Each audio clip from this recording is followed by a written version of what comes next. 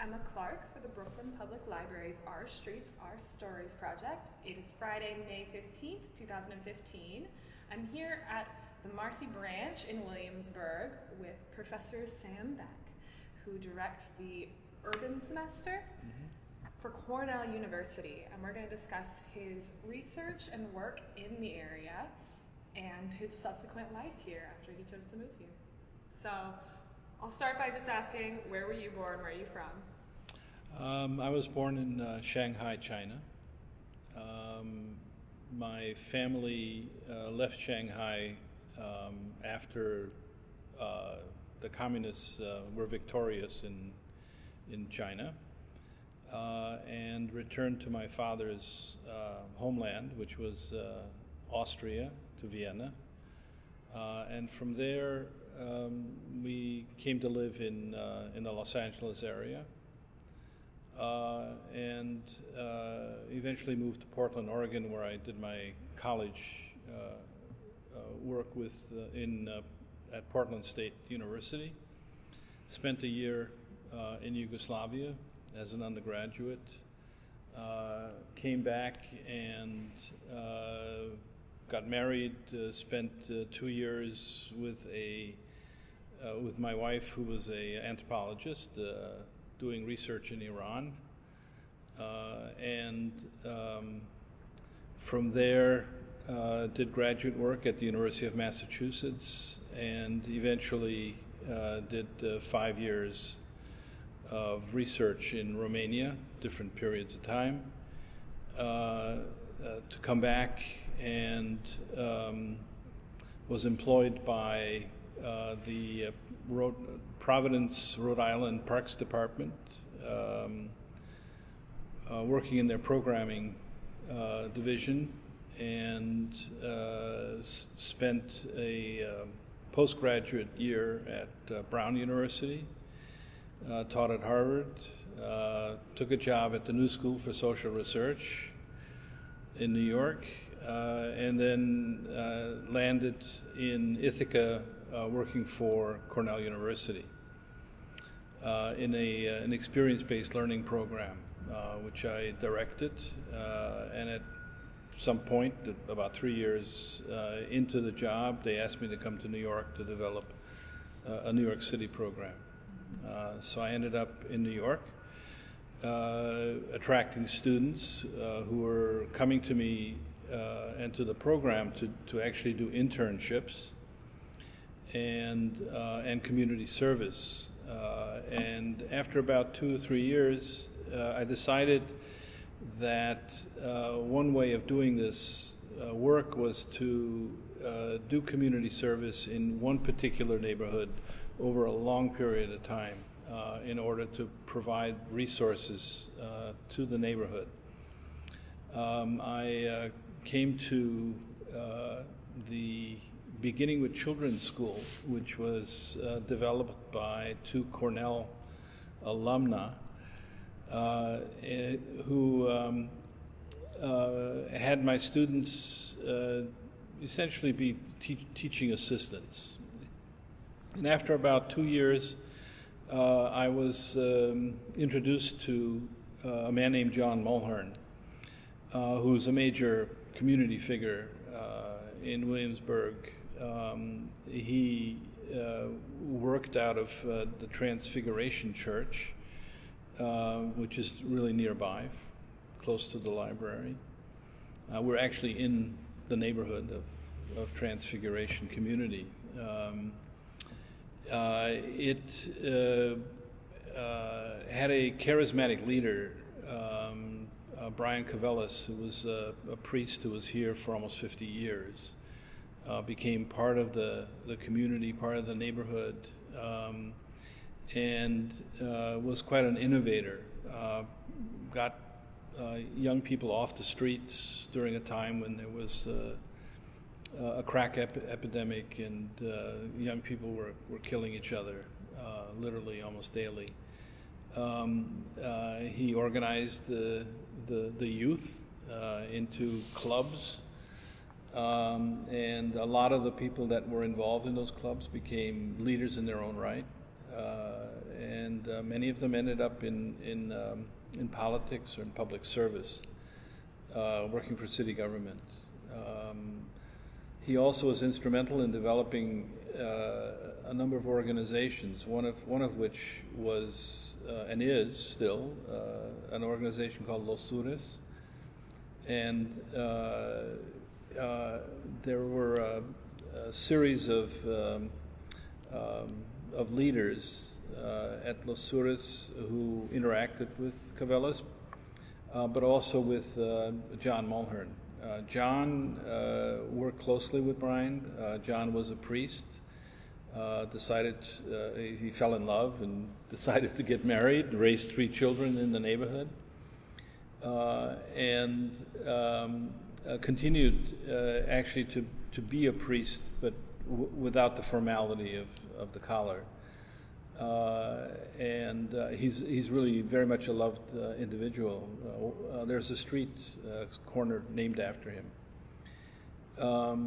He eventually became the founder of an organization called Nuestros Niños, which now is undergoing some difficulty because they're losing the building in which they're housed. And then when he retired, volunteered to be director of the Southside Mission, which is across the street from the Transfiguration Church, and about 2 houses and a street crossing from my house. In fact, I live in John Mulhern's house. He was kind enough to offer it to me at a price I could afford, and so we have quite an attachment to each other. I brought students to Williamsburgh during most Fridays during each academic semester in the summer. John would be one of the people that I would ask to lead a tour and lecture to them.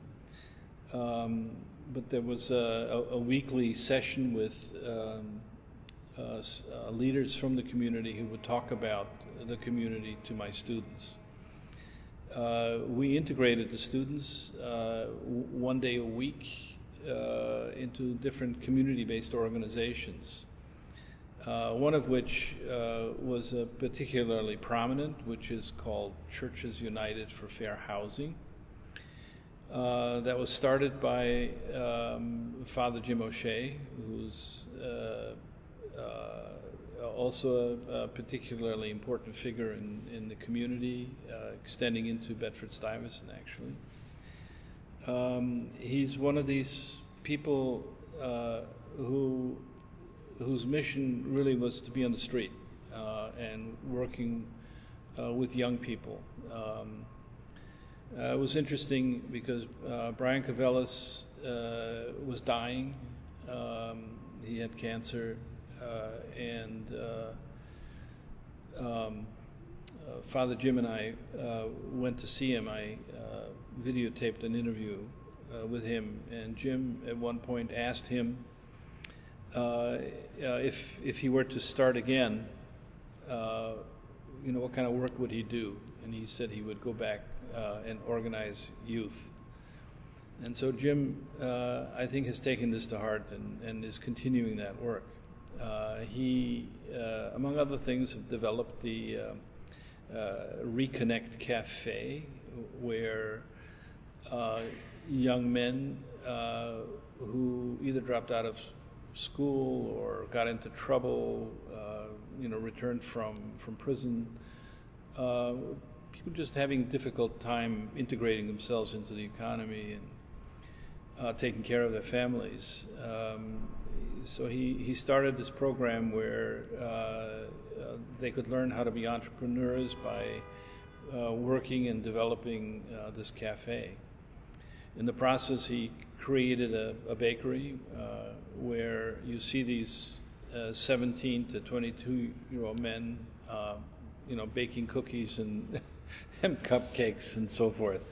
So it's sort of incongruous when you maybe a year or further back would see them on the street selling drugs. So they're also doing they have a design shop that does T-shirts. Jim was one of the founders, was really one of the founders of Churches United, and eventually three young men that he had mentored took over the direction of Churches United. I won't go into the details about how Jim left, but it had something to do with the politics of the Roman Catholic Church in Brooklyn and Queens. The Bishop DiMarzio, had a hand in dismissing Jim, and the former assemblyman Vito Lopez was also part of the interactions that took place that led to Jim's departure. It's a long story, and it is actually worth discussing further, but we only have a short period of time. So I ended up becoming a board member of both the Reconnect organization and Churches United, and in the process was able to bring students into these organizations to do community service. One of the things that universities are famous for is coming into a neighborhood and telling people that they were going to do good and help, and they would end up taking information because students are learning, and then leaving and not leaving much behind. So I decided that I would choose a different path, more ethical approach, and commit to working with these organizations over the long term. And so we've had students come to Williamsburg for about 20 years. And the one thing that I've learned about the Latino community is that they're really quite embracing, even of strangers. There's some skepticism at first, but as long as you demonstrate that you come with a good heart, they're willing to work with you. And so we've done a lot of work here. Students have done everything from participating in workshops for Churches United that are meant to provide affordable housing opportunities for people in the community and beyond. We work with the Reconnect youth, mentoring them, interacting with them, challenging them to go on with their education and to better their lives. We also were involved in the development of a little museum called the Museo de los Sures of Reconnect, and so it all seems part of my life. I come from a family of refugees, intergenerationally. So it's almost in my DNA to be with people who are kind of more vulnerable, maybe even the most vulnerable in New York. Mm-hmm. There is a systematic displacement of people in this neighborhood because of the initial attraction of the neighborhood to artists, which then brought college students and other young people who were interested in living an alternative lifestyle than the one that's available in Manhattan. And slowly the landlords got a sense that they could make more money by renting out to those folks rather than to a family, a Latino family that could only afford $600, $700, $800 a month. So if three college students are looking for housing, they each can pitch in $800. So the landlord could get $2,400. So that's a good deal for both the landlord and the students, but not for the people who couldn't afford to do that. So we've been working at different ways in which to support people in the neighborhood, both in terms of generating housing, training young people to get the wherewithal, the sort of the social graces, the capacity to interact with people who are different from them, and sort of speak a standard English rather than the street jargon that they use. But we're also involved in medicine. These days, many of my students are pre-med, and so they have sort of health career directions in mind. And we just had this last semester our fourth health fair that my colleague and a number of community organizations organized. And we will have another one this summer, 2015, and we will continue doing that. Any? Yeah, well, when you first, I guess, sort of approached the idea of developing the urban program in this city, what drew you to this neighborhood? Did it just happen by happenstance, or what was it about the qualities of the neighborhood itself? I was living in, before coming to Williamsburgh, I was living in Spanish Harlem, in East Harlem, and I actually worked with an artist, James De La Vega, who was educated at Cornell, as it turned out, but he was also sort of engaged in the community and did public art. Literally on the street. And I got to know the Spanish community. And then my dean actually asked me to come to Williamsburg to work with the couple from who are the alumni, Cornell alumni, at Beginning with Children. And so I did, and then in the process learned about the gentrification and displacement problems. I had done, when I was in Rhode Island, doing work at Brown as a postdoc, I was involved in a postdoctoral program focused on alcohol studies. And so I ended up doing a little bit of research in a bar. Why not? And the people who lived, who frequented the bar, were black, and it turned out to be people of a particular ethnicity. They were Cape Verdeans, which is sort of a Portuguese-African combination. They spoke Creole and Portuguese and English, and they were facing sort of the end stages of gentrification. So I got involved in the anti-gentrification movement in the neighborhood through my work with Cape Verdeans in the bar, and in the process learned a lot about the nature of the United States, of New York, because I had really spent most of my graduate work and postgraduate work abroad, mostly in Central and Eastern Europe and the Balkans.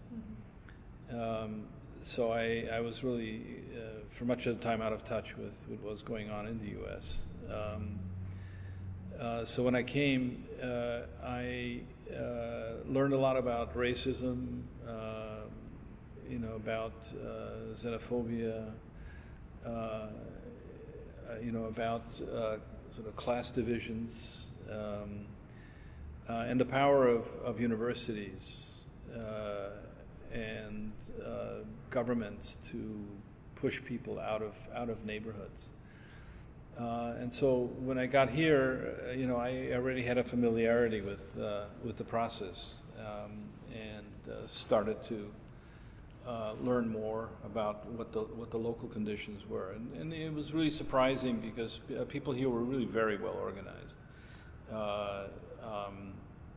Father Cavellis was really quite instrumental in having developed young leadership who then actually were active in initially sort of reclaiming housing in Williamsburgh, because landlords were abandoning buildings. People were leaving the area. In the 50s and 60s, there was this so-called white flight, meaning people were just trying to move to better neighborhoods. In place of them came Puerto Ricans who, because of American politics on the islands, were coming to New York in very large numbers, and quite a few of them found their way to Williamsburgh. There were also ultra-Orthodox Jews who came here. In fact, this neighborhood is, if you walked around, you would see the Hasidic population. And they more or less came simultaneously, more or less at the same period of time. The interesting thing that happened was that the Hasidic community grew exponentially. They have nuclear families of 8 to 12 children, some even more. So they were constantly looking for more housing. So there is this competition for real estate, essentially, between the Latino community and the Hasidic community. The problem was that the Latino community was not as well financed. In fact, they were not financed at all. But the Hasidic community was. They have a particular structure, a culture, where they basically take care of their own. They also have a charismatic leader, the Rebbe, and he can command the support of a lot of people. Among them were very wealthy people who could afford to pitch in and buy real estate properties. So there was a cluster of individuals who also became real estate developers, and they started buying up properties, developing them for their own people, because they have particular needs. There were kashrut requirements, certain restrictions around food and foodways. You had to have 2 kitchens, 2 sets of kitchen implements, and so on and so forth. And so, by virtue of the fact that they have a lot of children, they also needed, 3, 4, if they could, even more bedrooms. So they started to build for their own people, and it doesn't seem like there was ever enough. They also had a lot of children. The educational system is one in which boys and girls go to separate schools. So the institutional base also had to be built and developed. They just completed a building, or in the process of completing a building not far from the Pfizer building. At some point, actually, relatively recently, they decided that they could no longer afford to build for their own people because they were losing money. That it was financially better to actually build for hipsters and yuppies, young professionals, who could afford $750,000 studio apartments. If you could imagine paying $750,000 for a studio apartment. So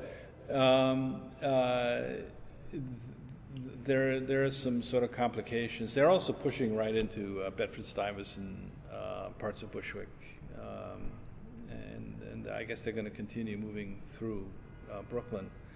But they also have other satellite communities in New York and other places that they're working on.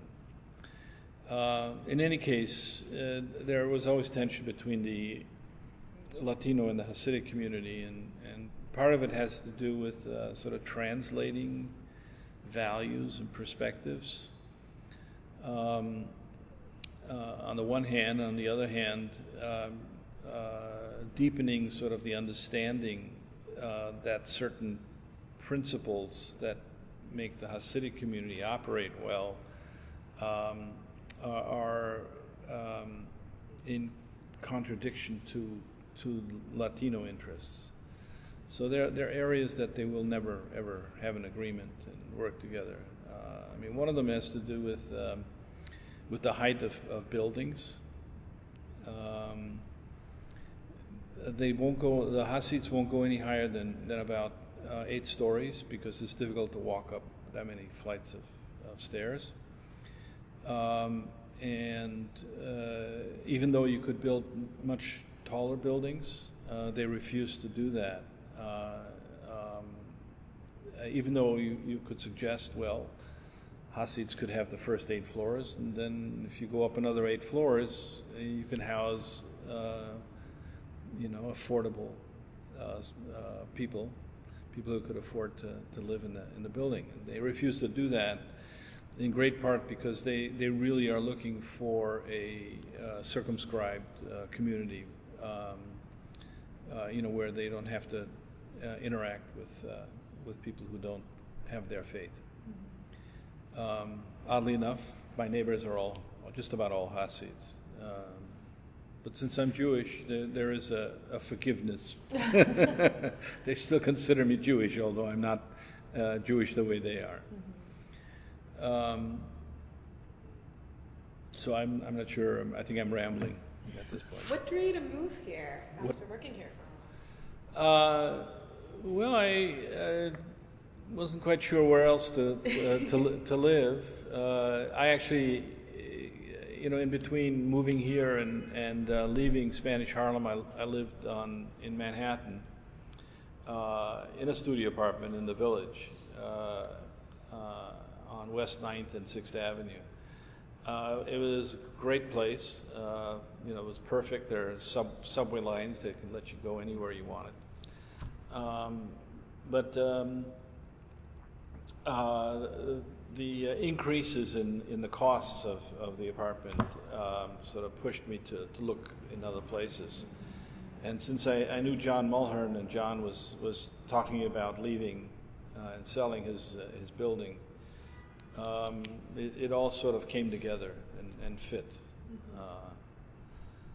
I also have very close relationships with a number of people here in the neighborhood. I mean, Father Jim O'Shea is like a brother. Rob Solano, who's the executive director of Churches United, is family, as is his brother. And so we're all really very close. I have close connections with a whole lot of other people who embraced me and embraced what I do. Juan Ramos, who's a former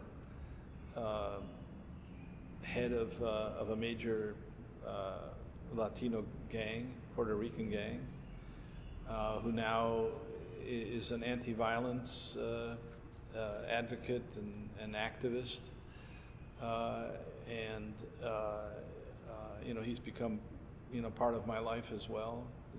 They're just some really very smart, very wonderful people who are trying to improve their community and improve the lives of the people that live here. They're in great part at this point also trying to keep the community together, because without, if people are displaced at some point, there won't be anybody left. I mean, one of the sad things is that there's this idea about a cultural, social, and economic commons. You know, a kind of a symbolic arena where people share enough that holds actually a community together. It's like having a common space, a familiar space. You know, knowing the grocer that's on the corner, the barber shop that is in the middle of the block. You know, that you're participating on a first name basis with a whole lot of people. You know, you go up to Broadway at the Met gross market, the grocery store, which is a relatively large grocery store run by Latinos. I mean, it's not unusual for me to wait in line with the person in front of me talking to the person running the cash register, and they're going on for 15-20 minutes while I'm waiting, not so patiently. But it's that kind of relationship that holds a community together. So when you have extended families living close to each other, and a cousin has to leave because they can't afford, a brother has to leave because they can't afford to live here. So you end up with, if you're a single mom with 3 children, and where you could depend on your relatives to take care of your kids if you had to go to the hospital, or you had to go to work, or you were sick, or whatever, you can't do that anymore. And so then you have to rely on other institutions, and those tend to be costly. The irony in all this is that government has such an important role that it plays in pushing people out, because there's a rezoning that occurred that enabled this gentrification to take place. The flip side of that is that government then gets involved in taking care of the people who are displaced. You have to have child care centers that are financed by government in order for poor people to be able to go to work and leave their children in somebody else's care. People actually get sick. Displacement is unhealthy. It's a mental health problem for a lot of people. Senior citizens, who are used to a particular routine, are very much disturbed by having to move and leave what they know. Children who are moving with their families have to leave schools in which they have embedded friendship relationships and teachers that they know. So there are all kinds of elements that get involved in the displacement process, which hurt people. They hurt individuals, families, and communities. And this kind of anomie that's created, it is a very expensive thing for government. So whenever there are complaints about people, what the causation of the problems that poor people have, I am always thinking, well, who started this? What are the origins of this? What generated this?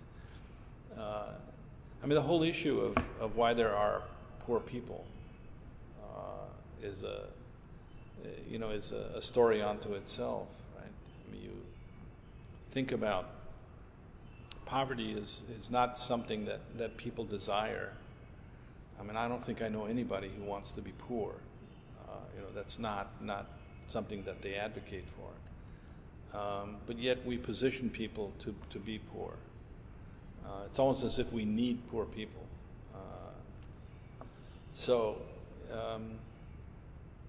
I guess I rambled again.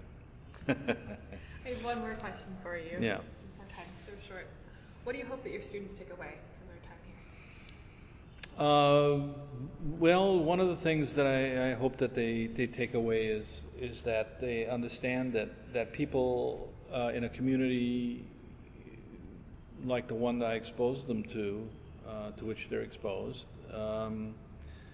has leaders and community people who work with these leaders who want to improve their community. That they're not there on the dole. They're not looking for government handouts. In fact, many of them refuse to get the handouts that they actually qualify for. The other elements are, students who go to Cornell, for the most part, come from relatively privileged environments, and many of them have never interacted with people who are poor, so they don't know what that looks like. They don't know what that would mean.